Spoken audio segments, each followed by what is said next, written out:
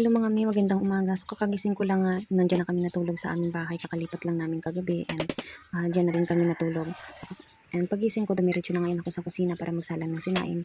Para habang nagsasalang ng sinaing, maghugas na rin ng platong kinain na namin kahapon. Hindi ko na rin nahugasan kahapon dahil sa ang dami ko pa rin talagang ginagawa at ang dami ko pang ligpitin. Hindi pa ako matapos-tapos.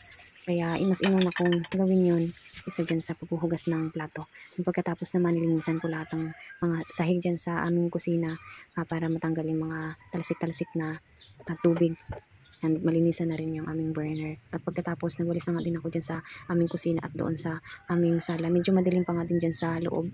Kaya gumamit pa rin talaga ako ng ilaw. Lagi ko lang nga din winawalisan ang sahig namin dahil wala pa akong budget pang bili ng floor mat.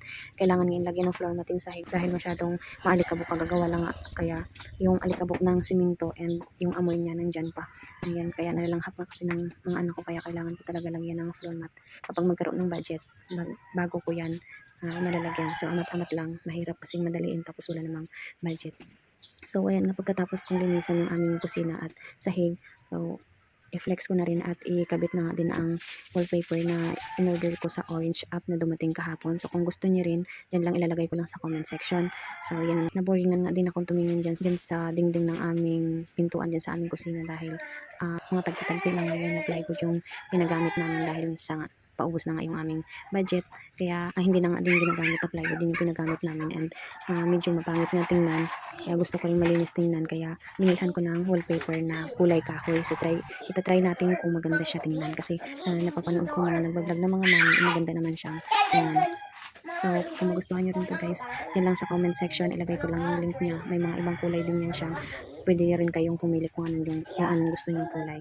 And kung mapapansin nyo nga dyan sa ilalim ng aming lababo, hindi ko pa nalalagyan ng kurtina dahil tuwing punta nga namin nakaraan dito sa bahay para maglinis, hindi ako nakakadala ng sinulid kasi gusto ko mag-DIY ng kurtina para panglagay dyan sa lababo para naman matakpan yung ilalim habang wala pa kaming budget magpagawa ng takip. So amat-amat lang, madalian. Dahil bago kami nakapundar ng bahay, parang nasa 4 years din. So, ngayon lang kami nagkaroon ng sariling bahay. So ayan na nga guys, pakita ko na nga sa inyo ang result ng ating pinto. So ang ganda rin pala talaga.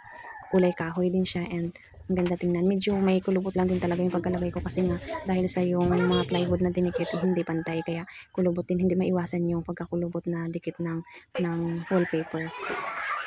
Pero hindi naman siya masyadong pansin. Ang papansinin lang dyan is yung maganda ang kulay.